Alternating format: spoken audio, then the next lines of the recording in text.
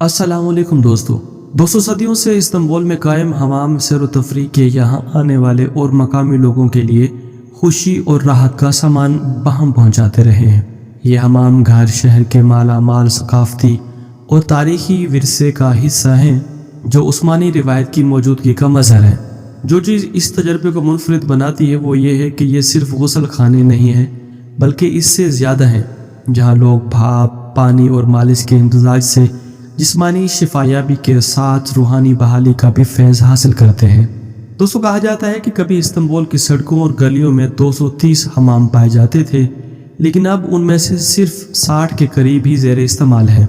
इनके रिवायती संगमरमर के फर्श और खूबसूरत खताती के नमूनों वाली टाइलों से मुज़य्यन छतें ज़ायरीन को एक मुनफरिद माहौल में जज्ब होने का मौका फराहम करती हैं और ये इन्हीं कदीम उस्मानी महलात से करीब तर होने का एहसास दिलाते हैं। दोस्तों हर हमाम की अपनी इनफरादी सहूलत है।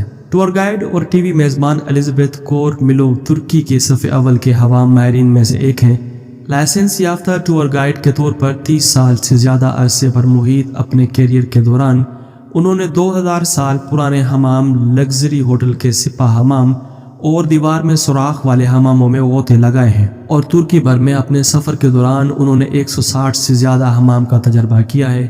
और इसके अलावा वो तुर्की में हमाम की सकाफत पर आने वाली दस्तावेजी फिल्म की शरीक मेज़बान भी